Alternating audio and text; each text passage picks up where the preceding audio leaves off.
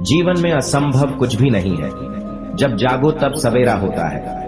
अगर आपको यह लगता है कि मेरे जीवन में बहुत से बुरे काम किए हुए हैं और अब इन गलत कामों को सुधारने के लिए कोई भी विकल्प नहीं है, तो आपको गौतम बुद्ध के जीवन की यह कहानी एक बार अवश्य सुननी चाहिए। तो चलिए कहानी को शुरू करते हैं। एक दिन गौतम बुद्ध श्रावस्ती के एक गांव में भिक्षाटन के लिए पहुंचते हैं। जब गांव में प्रवेश करते हैं तो देखते हैं कि पूरे गांव में सन्नाटा छाया हुआ है। दूर दूर तक कोई भी व्यक्ति नजर नहीं आता। बुद्ध उस गांव के पहले द्वार पर जाते हैं और कहते हैं कि भिक्षाम देहि, परंतु भीतर से बाहर कोई नहीं आता। बुद्ध दूसरे द्वार पर जाते हैं परंतु कोई दरवाजा नहीं खोलता। तीसरे द्वार पर जाते हैं परंतु उस द्वार से भी कोई व्यक्ति बाहर नहीं आता। फिर अचानक से एक दरवाजा खुलता है जिसमें से एक व्यक्ति बाहर निकलता है। वो जल्दी से बुद्ध का हाथ पकड़ता है और उन्हें अपने घर में ले जाता है और कहता है कि क्षमा करें बुद्ध, परंतु इस समय आप बाहर नहीं जा सकते। उंगलीमाल को श्रावस्ती की सीमा पर देखा गया है। सभी गांव वाले डर के मारे अपने अपने घरों की खिड़कियां और दरवाजे बंद करके बैठे हुए हैं। बुद्ध उस व्यक्ति से पूछते हैं कि कौन है ये उंगलीमाल और उससे इतना भय क्यों है। वह व्यक्ति कहता है कि उंगलीमाल एक राक्षस है। उसे जो भी मनुष्य मिलता है, बच्चा, वृद्ध, स्त्री, पुरुष, यहाँ तक कि सन्यासी भी, वो किसी को भी नहीं छोड़ता। बुद्ध उनसे पूछते हैं कि वो धन के लालच में ये सब करता है क्या। वो व्यक्ति कहता है कि नहीं, उसे धन का कोई लालच नहीं है।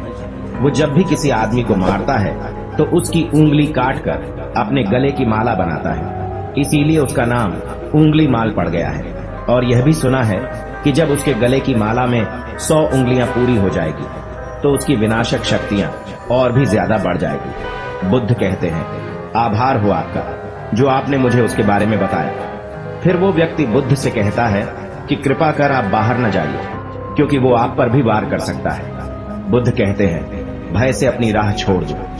ऐसा मैंने कभी नहीं किया। मुझे भिक्षा मांगता देख जन जन के हृदय में उंगलीमाल का भय कम होगा। फिर वो व्यक्ति कहता है, नहीं बुद्ध, आप मत जाइए, वो बहुत ही ज्यादा खतरनाक है। बुद्ध कहते हैं कि वो खतरनाक नहीं बल्कि वो दुखी है और मुझे उसके पास जाना होगा क्योंकि उसे मेरी आवश्यकता है। इतना कहते हुए बुद्ध उस व्यक्ति के पास से चले जाते हैं। कुछ दूर चलने के बाद बुद्ध वन में प्रवेश करते हैं। वन में चारों ओर एक सन्नाटा छाया होता है। दूर दूर तक न तो कोई मनुष्य न कोई पशु पक्षी दिख रहा होता है, परंतु गौतम बुद्ध अपने मार्ग में आगे बढ़ते रहते हैं। अचानक बुद्ध के सामने उंगलीमाल आकर खड़ा हो जाता है। उसका रूप इतना डरावना है कि कोई भी व्यक्ति उसे देखकर ही भयभीत हो जाए। उसके गले में उंगलियों की माला होती है। चेहरा और हाथ रक्त से सने होते हैं और शरीर बलशाली होता है।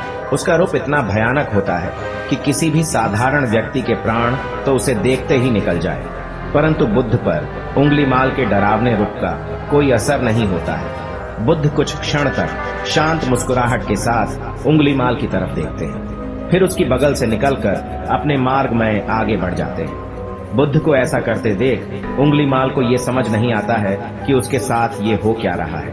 वह मन ही मन सोचता है कि मुझे देखकर लोग या तो भाग जाते हैं या मुझे देखकर मर जाते हैं या मुझसे अपने प्राणों की भीख मांगने लगते हैं। मैंने कई सन्यासियों को भी मारा है, परंतु मैंने आज तक कोई ऐसा व्यक्ति नहीं देखा जो मुझे नजरअंदाज करके अपने मार्ग में आगे बढ़ जाए। या तो इसने मुझ पर ध्यान नहीं दिया होगा या फिर हो सकता है कि यह देख ही ना सकता होगा, परंतु मुझे इससे क्या मतलब, मुझे तो अपने गले की माला पूरी करनी है। उंगलीमाल बुद्ध को आवाज लगाता है, ए साधु रुक। फिर भी गौतम बुद्ध उंगलीमाल को नजरअंदाज करते हैं और अपने मार्ग में आगे बढ़ते रहते हैं। उंगलीमाल बहुत ज्यादा क्रोध में बुद्ध को आवाज लगाता है, ए साधु रुक। फिर भी गौतम बुद्ध उंगलीमाल को नजरअंदाज करते हैं और अपने मार्ग में आगे बढ़ते हैं। उंगलीमाल तीसरी बार ज्यादा क्रोध में होकर आवाज लगाता है, ए साधु रुक। बुद्ध रुकते हैं। उंगलीमाल बुद्ध के पास जाता है और कहता है कि मेरे आदेश देने के बाद भी तू रुका क्यों नहीं। फिर बुद्ध कहते हैं, मैं तो बहुत पहले ही रुक चुका हूँ, तुम ही चलते जा रहे हो। उंगलीमाल ये समझ ही नहीं पाता है कि बुद्ध क्या कह रहे हैं, परंतु वो इतना जरूर समझ जाता है कि सामने खड़ा व्यक्ति उससे थोड़ा भी नहीं डर रहा है। उंगलीमाल बुद्ध को डराने के लिए चिल्लाकर पूछता है, ए साधु, मुझसे भय नहीं लग रहा है क्या? मैं आदि मानव हूँ। बुद्ध कहते हैं कि नहीं, तुम मानव हो। बुद्ध की यह बात उंगली माल के हृदय पर लगती है।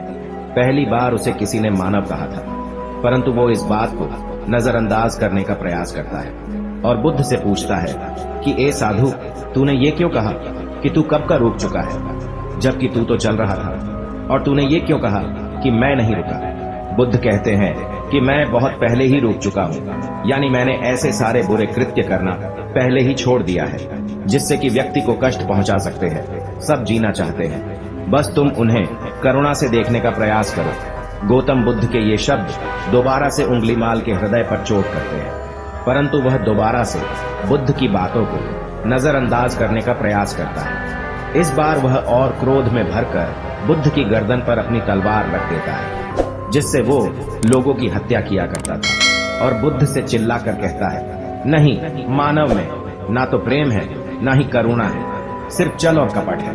इसीलिए मैं सबकी हत्या करूंगा और किसी को जीवित नहीं छोड़ूंगा।